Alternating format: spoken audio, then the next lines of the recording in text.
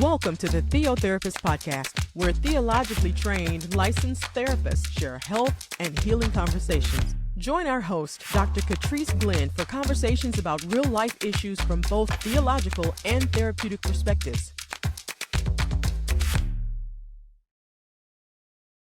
Hello and welcome to Season 3 of the Theotherapist Podcast. This is Episode 3, and we are so glad that you are joining us today. I have an awesome guest today, and I can't wait to introduce her to you.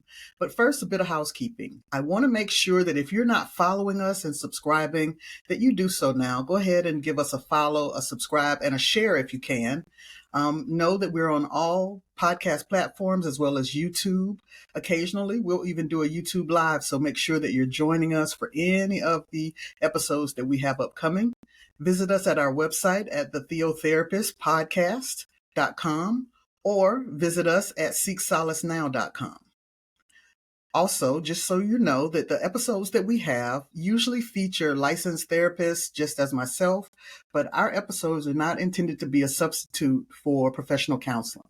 We strongly encourage you to find a therapist of your own so that you can work through whatever your personal and unique needs are. Once again, glad that you're here. Let's buckle up. Let me introduce you to the awesome guest that we have today. Today we have Sabrina Gilchrist with us, and when I start reading to you all these accolades and all these letters behind her name, she's got even more than me. So I'm going to acknowledge that and give credit where credit is due for all the hard work that she has done to get to where she is and to give back to others and to pour back into others. So Sabrina Gilchrist is a MDiv, MA, licensed clinical mental health counselor and a nationally certified counselor. She is a spiritual coach, an author, a consultant. She's formerly been a nonprofit executive, and she's a highly sought after speaker, teacher, and mentor. She's someone who inspires others to navigate the challenges that they're facing so that they can foster growth. In addition to her clinical work and her leadership, Sabrina offers spiritually integrated coaching, consultation, and suicide prevention training through her entrepreneurial ventures. And she has her own LLC, Sabrina Nichole LLC. So I want to introduce you and invite her to say hello. How you doing? Hello, Sabrina. How's it going? Going well. It's going well. Thank you for inviting me, and thank you for that lovely introduction. It's hard to believe that's me, but thank you. You know, with so much, it sounds like that you've been doing, to kind of build a space where you are looking at everything from suicidality to consulting to spiritual integration. I'm curious, how do you see the integration of theology and therapy? Like, how do they connect for you? Yeah. I've been thinking a lot about that, and what I'll say is I believe theology and therapy intersect beautifully, even when it's not overt. When I think about theology, I say, thus saith Sabrina, which is my phrase that I use sometimes, that theology is really about exploring how the thread of divinity and the thread of humanity are woven together in this tapestry that we call God's excellent plan. So really, we're looking at how the divine and creation interact. What's the relationship? And what do we believe? Why do we believe it? And how do we believe it? And really what it boils down to is, at least from my faith perspective, that God's plan for us is excellent. God's plan for us is good. God's plan for us is wonderful. And we are meant to live well. And to me, that's where therapy or counseling, I may use them interchangeably, that's where that comes in, because the whole goal and purpose of counseling and therapy is to help people grab a hold of wellness, to rediscover hope, and then manifest that hope in their lives so that they can truly live well within themselves and to be well with others. I think that whole wellness mindset is what undergirds kind of the bridge to me between theology and therapy, because it is, to be well with our soul, right? And to be well with our mind and our body and our spirit is kind of the goal that we see connecting all these pieces together. Today's topic and the title that we kind of bridged as a talking point for today is Hold On, Black mental health in trying times, right? I know you're aware, I am aware, there's so much happening right now. And in my client base, I have a large number of African Americans. I imagine you might as well. And so what emerged kind of in our discussion before this session today was what's happening with Black mental health and what are some things we can bring to the surface and lift up at this intersection point of theology and therapy, because these times are trying. There are so many uncertainties. There's so much political unrest. There is, there are people dealing with life transitions. There's just a lot of trying situations and times. And so I'm curious for you, when we start thinking about kind of either this topic of Black mental health or one of your passion areas, like how do you see that fitting into kind of the work that you're doing? Yeah, I love that question. So, the reality is, and let me put some guardrails on what I'm saying and what I'm going to talk about. I'm going to talk from the perspective of yes, sort of this culmination of what I'm seeing with my clients in therapy, but also kind of the lived experiences happening across the United States with all of the changes that we have going on. So I'm limiting that view to just US, and then also my particular interest right now is around the mental health of Black males, Black men and Black boys in the US. So that has opened up the door for me to do a lot of digging into what is happening. What are the statistics? What's the data? And then also historically, we know there's a lot that is factoring into how we are navigating life in the U.S. One of my areas of interest, along with suicide prevention, is trauma recovery. And so we know that trauma really is, in Sabrina Ease, I tell people trauma is any energy, feeling, experience that's stuck in our bodies. Oh, yes. It's just stuck. These things that we have experienced that have caused disruption, that have caused us to be off balance, it gets stuck in our bodies and it creates trauma responses. And we know that, within the Black communities, and I'm intentional about putting that in the plural, because there are lots of different, there are a lot of different experiences in here. So in Black communities, we're facing a lot of trauma, dealing with a lot of trauma that is both historical and generational. We know we've got racial trauma happening, vicarious trauma. An example of that, I tell people, when we think about the George Floyd and others who have been murdered in this country and through these really horrible means, the more we're seeing it and hearing it, we begin to have vicarious trauma. These things are impacting our mental health as a people. And so, and then my own lived experience with my faith, with having mental illness diagnoses, having been hospitalized once before, living with suicide risk, and then reconciling that with my faith, because I am a woman of faith. All of those things have impacted my journey in terms of how I want to contribute to the mental health in our communities. And then the other thing is this, I'm going to quote sort of Mabiti's words in his book, African Religions and Philosophies. And basically what he said is, African people are spiritual people. We are religious people. You cannot separate the African from his or her or their spirituality. And so our interventions and the way that we take care of ourselves must incorporate that multicultural aspect of us. We are spiritual people. Notice I'm not necessarily leaning into the religious part. We are spiritual because at our root, we are spiritual. At our root, we are spiritual, and that manifests across many different types of religions, or no religion at all, but just simply being spiritual. So we've got to factor that into how does the soul and the spirit interact with our mental health, our physical health, all the healths that are folded into a sense of wellness. I think that affects, kind of how we shape the guiding question for each podcast episode. We have somewhat of a guiding question, something that we want to speak to kind of to direct the work that we're doing in this space. The question for this particular podcast is how do we make it through these times, right? So how do we draw on that kind of spiritual rootedness within our communities? How do we pull on recognizing that there are perhaps some traumas, vicarious or direct, that we need to navigate through? And how do we find a way through this? What's our way forward? I think as a guiding question that just kind of sets the tone for us to look like where do we go from here? Not to escape the fact of everything that fed into us getting to here, but to also look ahead to see what are some other things that we can do that can help us move forward. Do you have any thoughts on that guiding question before we kind of hit some topics?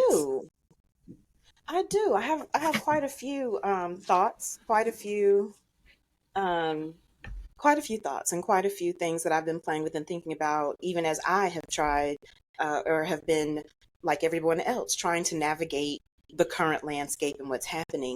There are some things that we need to do. One is certainly need to acknowledge and name the pain, not so that we get stuck in it, not so that we stay there, but we can't deal with or navigate or process things if we ignore that they exist. And so I think in the Black community or communities, that stigma is still there. It's lessened in the last few years, but it's still there. And so we have to continue to do work to tear down the stigma around mental health and getting support. And as we do that, we've got to be brave enough to name the challenges and the struggles that we've had. And then in the naming, hopefully finding solidarity with one another so that we together can envision the way forward. One of the things I tell my clients, scriptures. Oh, I'm sorry. Go ahead. No, I was just going to say, one of the things I tell my clients often is you can't heal from anything you can't name, right? If you are not able to face it enough to acknowledge it and name it, how can you heal from it? You've got to find a way to have the courage to at least name what ails us. Go ahead. Yes. And in so doing, and I love that, and in so doing, I believe those of us who are in a position to hear someone else name their experience and their struggle, we have to do the work to honor their story. That's the other piece to it. It's not enough to just hear it and then try to offer, solutions and try to fix it. But sometimes what we really need is to just be heard and for people to honor and affirm, that's my experience. This is my truth. This is my narrative. This is my story and my journey. And in doing that, we begin to create what Soul Shop would call soul safe community. So we begin to create and curate these safe spaces where people can continue to be brave, continue to name and acknowledge what they've been going through and where they are right now, and then support one another. And that's where the solidarity comes in. Not that we're trying to out suffer each other, right? So I try to tell people as best you can, hold back from saying, girl, I know what you mean, because, and then you're offering your, sometimes everybody needs their space. Everybody needs their window of acknowledgement and honor in the healing process. Then standing in solidarity with one another. And then this new layer that I really have started leaning into around hope, which is coming together to envision together what the way forward is, where we're going. What would happen if we collectively develop the vision for our promised land? And this is why I love write the vision, make it plain. I'm really leaning into, we've got to write the vision, but we've got to write it collectively. There's got to be a collective vision, a collective way forward for us to really grab a hold to the hope for our communities, not just our individual lives, but our communities. And I think it's the doing things in isolation that I think just amplifies the fear and anxiety. Feeling like I'm the only one going through this. I'm the only one experiencing this the way that I'm experiencing it. But I think when we are intentional to kind of come together and bear one another, draw witness to one another's experience, that way we collectively can kind of fight this and develop strategies that will help us navigate through what it is that we're dealing with. And so I think it's really Absolutely. helpful for us to, just remember that we are not fighting this journey alone, right? There is That's community. right. We can create community where we don't see it, and we can find it where it That's already right. exists. That's right. That's right. I think another layer to this that I will add is we've got to be realistic as well. Mm-hmm. We do. There is we got to be realistic, right? I was recently on a panel and I kind of referenced being a part of the microwave generation, being in a point in our history where answers are at our fingertips, quite literally. Um, Everything moves so quickly that I think it has obscured the reality that some things like change truly Mm-hmm. takes time. And actually, I'm going to amend that and I'm going to say transformation takes time. Change can It happen does. quickly, but when it happens quickly, you run the risk of it not being sustained. Mm. But Or transformation, on fully the other formed. hand, is Mm-hmm. yes, yes. And so we've got to be realistic about this. I understand people don't want to feel pain. We don't like to suffer. It's not in we don't like that. But the reality is healing sometimes hurts worse than the initial injury Mm-hmm. or the initial wounding. And we Oh, it have to be does. willing to let it take its time to heal and run its course. And so as we are working together and healing together, we also have to extend some grace and some Mm-hmm. patience in the process. So I think that is incredibly important as well to lay that out there. And it's why, when I go over professional disclosure with my clients, I tell them, listen, when in therapy, there will be times where it's going to hurt. Mm-hmm. It's going to hurt. And you may question, why am I doing this? Or Right. how long do I have to hurt? I mean, certainly I can identify with that sentiment, Mm-hmm. but it's a part of the process and it is truly healing. And it's recognizing as well that it may hurt until it feels sustainably better, right? Sometimes that Yes, healing process is not quick, it's not immediate, but it's purposeful. It's correct. moving in a direction. Yes, One of the things we talked absolutely. about, we've already kind of, alluded to it, but, how do you see the spirit influence in our mental health? I mean, we've talked about it. We've talked about the bridge. We've talked about the collectivity and a couple of other things. But I'm curious, when you think mental health and you think wellness and you think spirit, how's it influence? Yeah. So I am what I call a frou-frou hippie born in the wrong decade. I believe that spirit is a part of everything, that it is inseparable, that it is infused in everything we do and all all we are. Um, Mm-hmm. so I tend to lean towards orientations that theoretical orientations in counseling that are much more spiritual overtly than some of the Right. more covert theories that we deal with in counseling. And I am a huge fan of Viktor Frankl and Mm-hmm. logotherapy, which is really focused on helping people find, create meaning in their lives, and Yes. particularly creating meaning out of suffering. Right. So huge proponent of Viktor Frankl and logotherapy, also a huge proponent of transpersonal Mm-hmm. therapy approaches where there's an intentional integration of people's spiritual practices, if they want it, to help them achieve wellness. And Mm-hmm. we know from the wellness wheel that spirituality is a part of that. It's one of the 8 dimensions or domains of wellness. So Right. I think in order to help people be well and live well, we can't ignore the spiritual aspect of us. Mm-hmm. Our spirituality is where we make our meaning, where we align with our values and connect to something greater than ourselves. And so I believe that is a crucial part of our well being as people. And I think it is that same meaning making that helps us in stressful times, right? It is all in how Absolutely. you understand and perceive what's happening in this season that helps you navigate it better, right? If whether Absolutely. it's the church phrase, and we wrestle not with flesh and blood, right? Whatever it is that, Yep. that helps you understand and frame meaning to what's happening, that helps you to navigate, I think, and find a healthier way of being, because it has Yes. some way of stabilizing and framing the experience for you. Absolutely. It reminds me of Nietzsche, who Viktor Frankl borrowed from, Mm-hmm. but Nietzsche saying, he who finds a why uh, can bear almost anyhow. Yeah. He who finds a why to life can bear almost anyhow. And so if we can tap into the meaning and tap into our personal why, why do we need to or want to survive these times? Why? What is the why? And for me, the why part of it is to help people, right? I want to help people be okay. I can't do that if I'm not here, right? I can't help people if I'm broken down myself somewhere in a corner, right? And so Right. that is my why, to take care of myself, to pursue and to um, cultivate my mental health and well-being so that I can help others reach that state as well.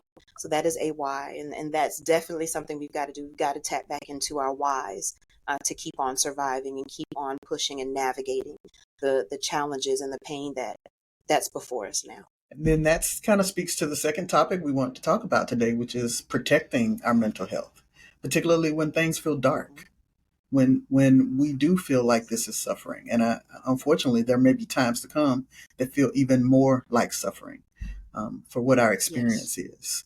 And so when we think about Yeah. protecting our mental health, it is one, to have some sense of meaning and some sense of purpose to kind of what might be happening in life.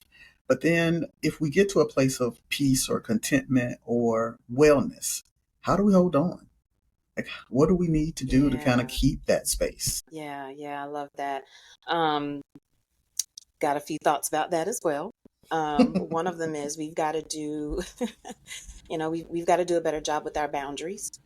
Mm-hmm. Um, it is easy to either um, be too open to all of the stimuli, all the information, all of the this, that, and the other that can bombard us.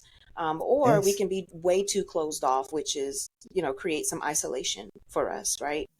So I've been doing a lot of work with people around having healthier boundaries, learning how to say no, practicing saying no, even when it's uncomfortable, because no is a complete sentence, right? And the truth is, we are not infinite sources. I tell people all the time, I only know one person who was infinite and who is infinite, and it's not me. Exactly. And so right. And so I've got to learn how to close myself off so that I can build myself back up so that I can open myself up again, right? So there's this ebb and flow, and our boundaries are so important in that.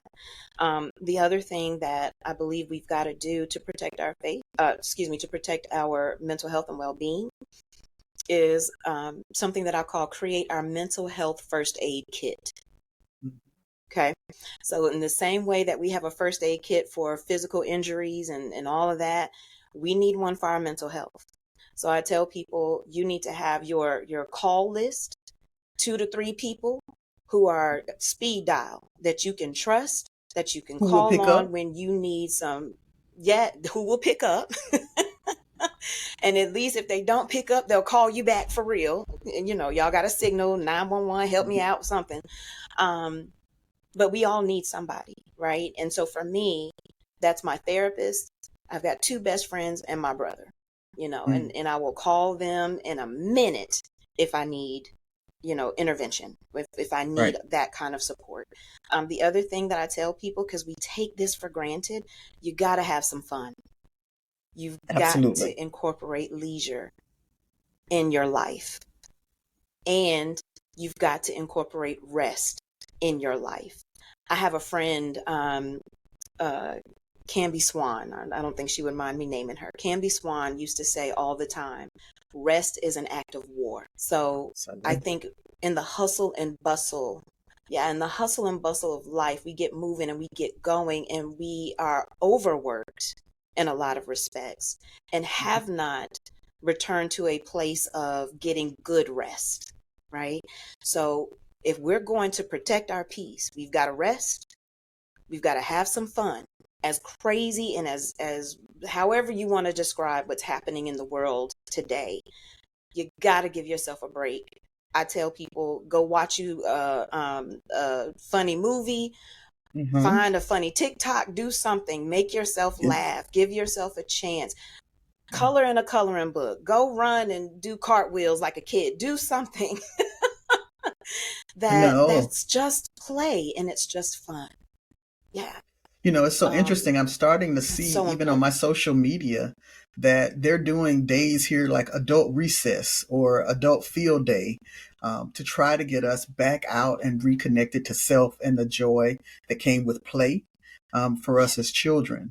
And so I'm Yes. so encouraged by that. One of the things Mm. I often tell my clients, and I have a lot of people who have a lot of demanding roles or leadership roles, and I often tell them, you need a space where you don't have a role or responsibility. You need a space where you're Yes. not a thing to someone. You're not a mother, you're not a daughter, you're not a Yes. husband, you're not a wife, you're not the minister, you're not the manager. You have a space where you are just you. And you can take that and try to reconnect with self. You kind of like reclaim the Yes. anonymity of just being a good steward of self. Yes. Yes. I love that.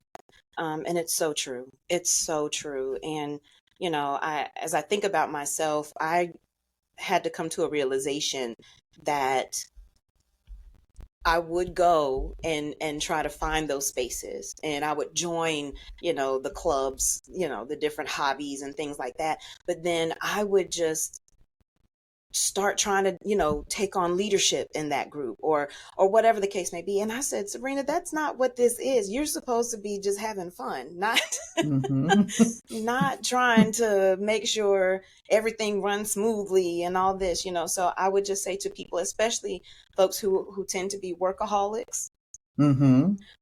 or come from a family system of workaholics, it is okay to not work. It's Right. okay to be in a space that you enjoy just for the sake of Mm. enjoying it.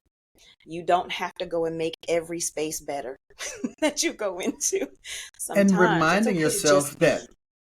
rest is productive. It is serving a Yes. purpose. It does have meaning. Yes. It is doing something Hmm. when you're resting. You have to replenish.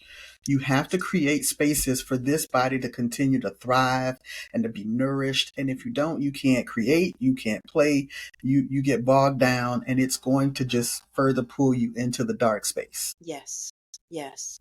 Absolutely. Um, and then the other thing, and I'll let this be kind of my last one for this question at least, is we've got to monitor what we are consuming, Mm-hmm. right?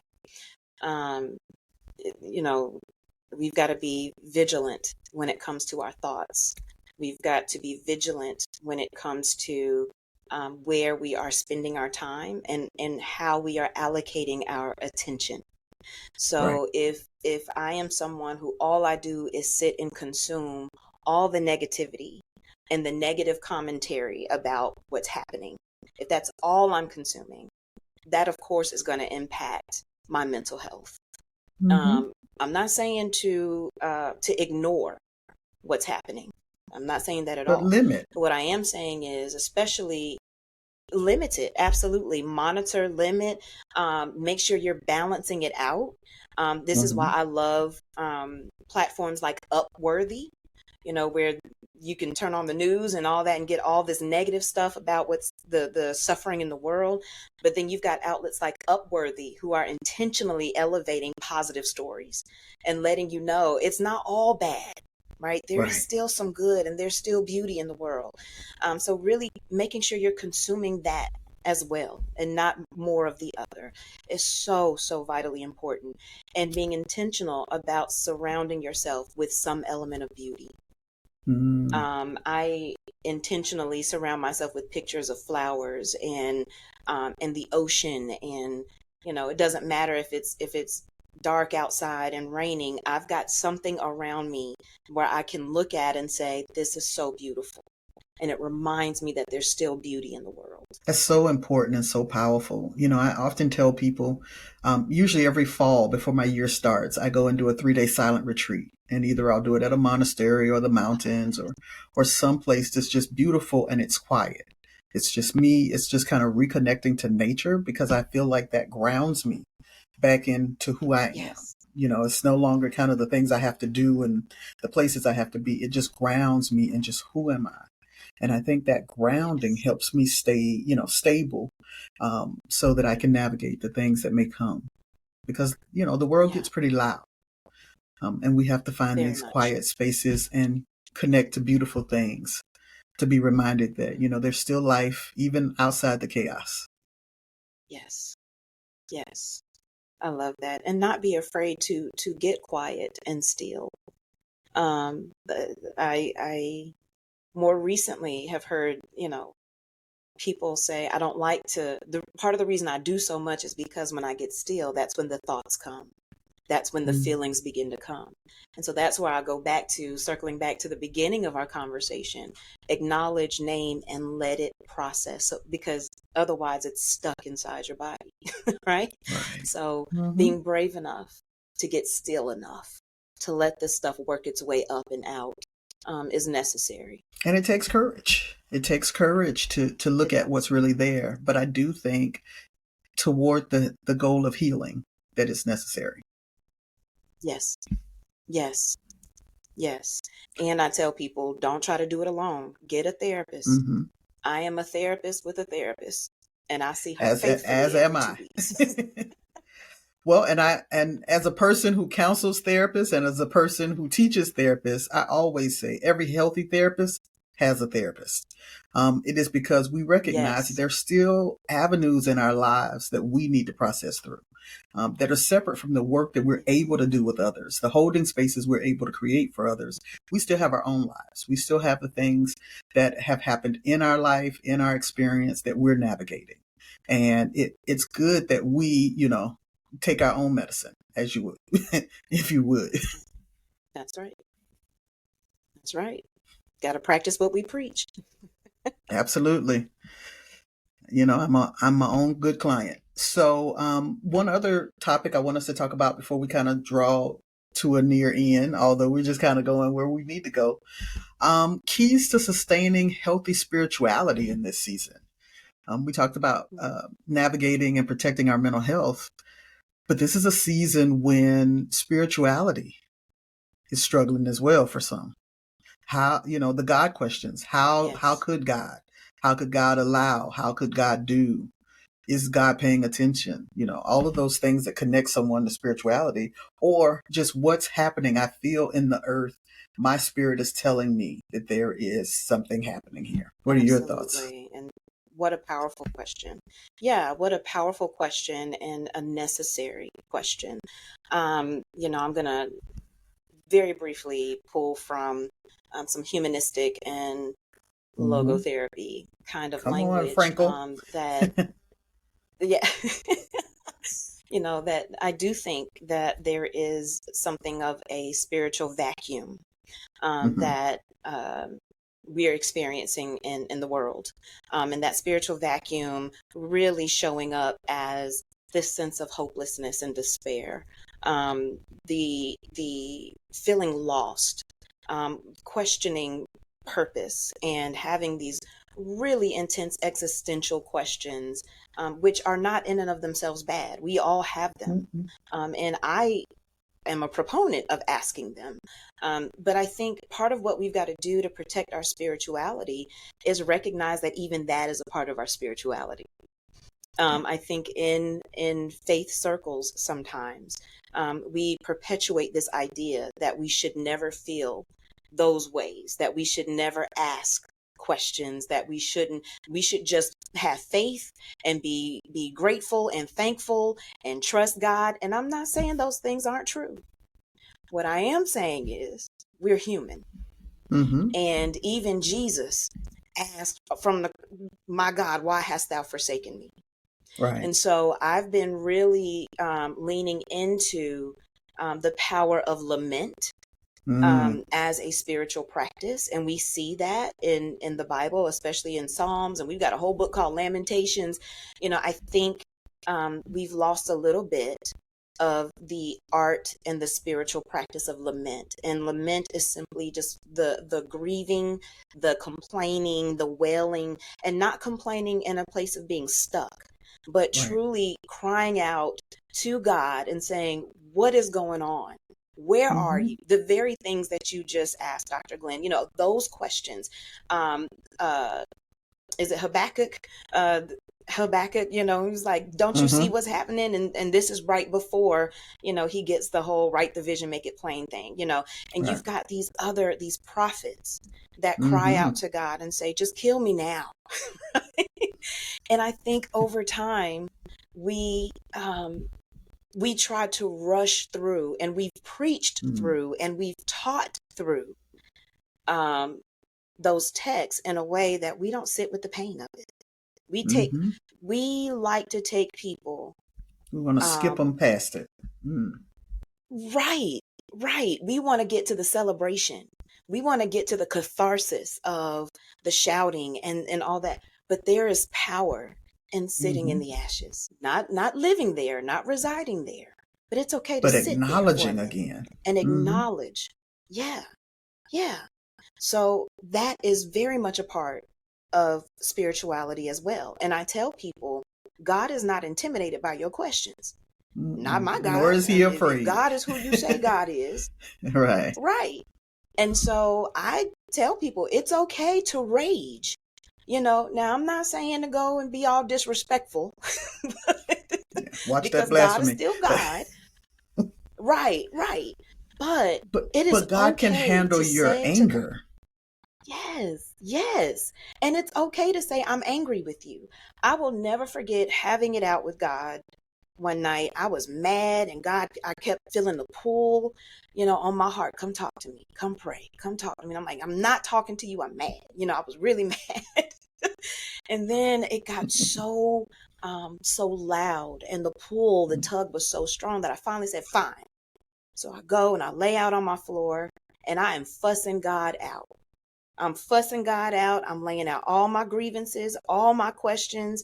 I'm mad. And I remember ending that whole session by saying, and I want to forgive you, but I don't know that I can. This is me saying to God, I want to forgive you, but I don't know if I can. The absurdity, right? But truthfully, that was my experience. And I was waiting for lightning to flash. I was waiting, because I was like, no way God's going to let me get away with that. But after I said it, there was this peace that came to me. And I heard very clearly the Spirit say, okay, now we can begin. And that started my repair and my healing when it came to my relationship with God. So I say to people, it's okay. It's not like God already doesn't know. He knows how you feel. Why are you hiding it? Because when we name it, right. Because when we name it, we take some of the power from it. We have the ability to regulate it more. And we can put the cards on the table and begin to sort it out. And we can sort it out with God. So that's one thing. The acknowledgement, the lamenting, being truthful with yourself, being truthful with God. This is how I'm feeling. I don't understand. Whatever the sentiments are that you feel. The other thing to protect our spirituality is we've got to be consistent with our spiritual practices that we already have, right? And the spiritual practices that actually mean something to us, that we get something out of it. I'm not talking about, keep going to church just because that's what you always do. If it's not, I'm not saying don't go to church. But what I am saying is whatever the practices are, if it's journaling, if it's gardening even, because that can be a very spiritual practice. Anything that gets us, out in nature, gets us grounded, all that, those things, whatever it is that feeds our souls, we've got to do that more consistently. And then I also tell people, and it's okay to try out a new spiritual practice. So I have always been a person of prayer. Loved to pray. I was a kid praying and going to prayer meetings and stuff, just loved it. Well, in more recent years, I learned something called praying in color by Sybil Macbeth, I think is her last name. Wrote a whole book about it, but basically it's a different type of praying where you're praying literally like with doodling and colors and markers and all of that. And I put a twist on it and decided I wanted to pray with paint. So I literally, instead of using words, will take the colors and whatever I'm feeling, whatever my spirit is carrying, literally put it on the canvas. Just no words, no, just whatever comes to me, because I believe God is fluent in that language as well. So God understands. So that's my new spiritual practice, and that's been incredibly helpful. One of the practices that I talk to my clients about is centering prayer. Perhaps, I've spent enough time at the monastery that centering prayer has kind of come to the forefront as one of those contemplation practices where you allow yourself to just sit in God's presence. Excuse me, you sit in God's presence. It's not about the conversation. It's not about the request. It's really just to be able to sit and be in the presence of God in spirit. I find that particularly helpful, and several of my clients have found it to be a helpful practice as well. And as we're approaching Lent season, right? For those of us who acknowledge the Lenten season, I am someone who typically observes Lent. For me, it's a time of kind of reconnecting myself and getting grounded again in my spirituality. So it's less about the, what's being restricted. For me, it's more about the refocusing. It's the refocusing on what are those spaces of my spirituality that feel disconnected, that I want to reconnect. And so that helps me sustain having these intentional spaces where I'm going, okay, self-check. I feel a little separation here. I feel some disconnect here. What can I do? What practices can I observe to kind of get me regrounded in my spirituality? Yeah. And I love that. That refocusing, that recentering, everything that you said. I love that. And I think it's so vitally important. And then the other thing along with that, right, is not just the consistency of it or trying something new, but it's also increasing it, increasing the frequency of it, increasing. Because I compare it to this. If I am going to the gym, working out more than I used to, my body needs more fuel because I'm expending more energy. Yes. In other words, I'm going to be hungrier. My metabolism speeds up. I'm hungrier. I may have to take in more calories, to maintain and to continue to be strong and to get stronger. It's no different when it comes to our spirituality. In times, I'm going to use this phrase, in times of warfare, there's an increased expenditure of our spiritual energy, an increased expenditure of our oil, our anointing. There's more involved here. What that means is we've got to increase our intake of our spiritual food. Bottom line, if I go into increased warfare or go into warfare and think that the calories that I have been taking in are enough to cover the increased energy, no. So that's another thing. Whenever we go through these periods and these times of suffering, and even the energy and the atmosphere that we're in now as a country, it has increased. The stress, it has increased. Therefore, we need to eat more of our spiritual food in order to survive and hopefully thrive in it. Absolutely. That's always the goal. As we're kind of drawing to a conclusion, man, this has been such a great conversation. This could be a part 1 of 15. But I am curious for you, just how do you, and I want to give you opportunity to talk a little bit about your passion and kind of where these things are going for you, like whatever you're working on now, or just kind of where your passion is taking you. How are you navigating this season? Carefully. Intentionally, and I want to stress intention. I truly believe we're in a place, in a time where we can't afford to just get up and kind of play this by ear. We've got to be intentional about our self-care. intentional about our boundaries, intentional about our what we're consuming and how much of it we're consuming. And so I'm navigating doing all of those things. I also am really leaning into the increase of my spiritual practices when it comes to prayer and meditation. I'm doing more of the hobbies that I love, like reading. Um, and I jokingly tell people I aspire to be a crochet queen. I am not good at crochet at all, but I love it. And so trying to do a little bit more of that and not being um, distracted by the outcome, right? Right. Because the outcome is going to be terrible. I'm terrible at it. But just But the the process and process. the relaxation. Yeah, just enjoying the process of crocheting. So leaning into those hobbies, resting, being intentional about laughing. That's big Hmm. for me. So I find a reason to laugh every single day. Even on hard days, I'm going to find something that's going to make me laugh. Hmm. So that's really how I'm getting through this. And of course, people. I tell people I have what I'll call earthly angels. So really in checking in with my tribe, my earthly angels, even, if it's a text message or whatever. So keeping that um, sense of community with people that I feel safe with. We all have to find an outlet, right? We have to find spaces Yes. to kind of keep us nourished and encouraged. Um, Yes. one of the things I wanted you to speak a little bit about is you're in a doctorate program. Tell us about your doctorate program and I your am. research. Yeah. So I am a first year doctoral student at Denver Seminary, and I love it. And it is stretching me, and in a lot of ways, it's stretching me to think on that doctoral level and begin to engage and assess research at the doctoral level. But also, I like to share with people it is an exercise in sitting in otherness.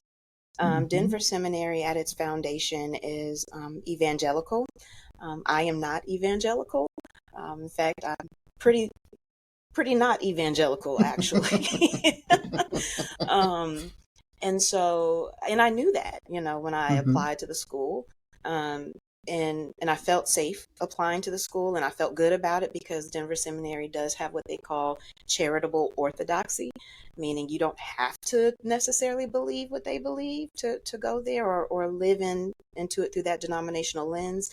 Um, but it's been interesting to sit with people who have a differing view and different theology, and also finding ways in which our theologies and our values overlap, that there are Yeah. similarities there.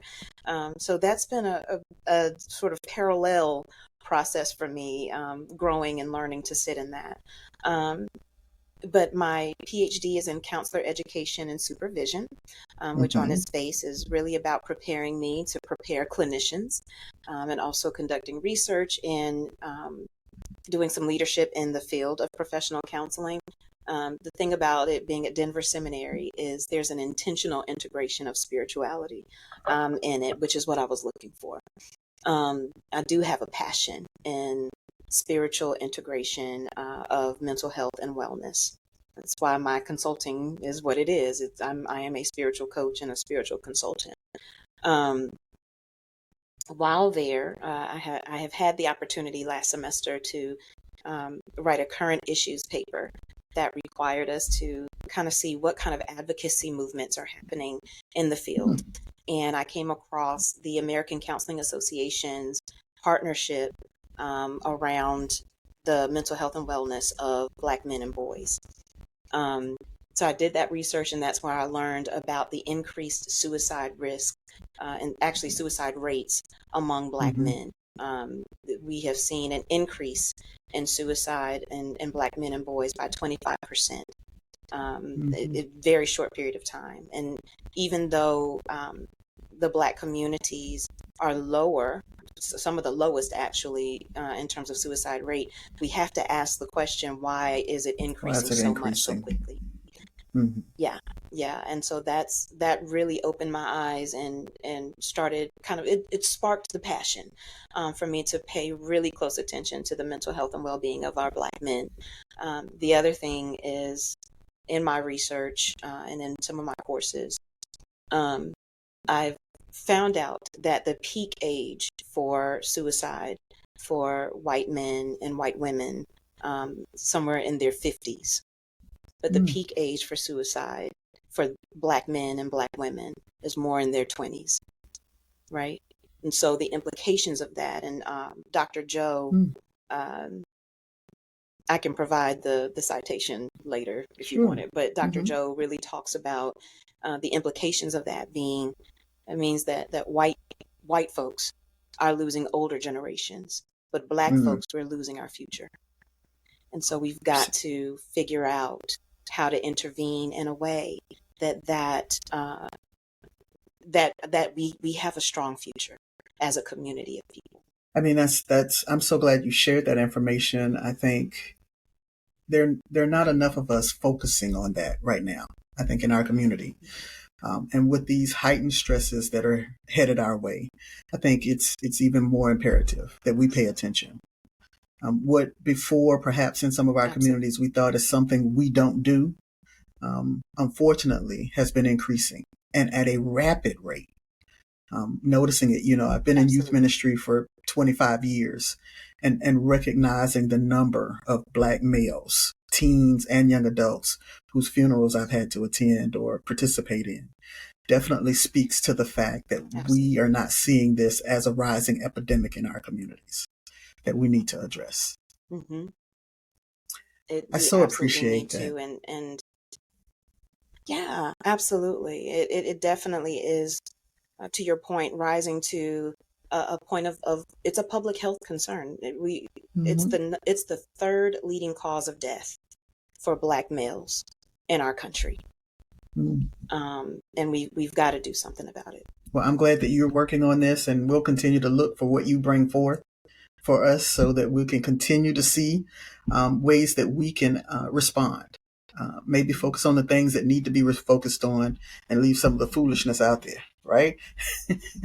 I know So, that's are right. there are there any other like exciting things you have coming up that you want to make the audience aware of, and then tell them how they can find you?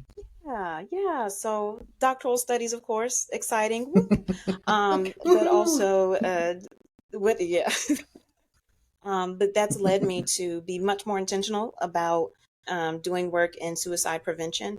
I mentioned earlier that I have lived experience with suicide uh, ideation and attempts.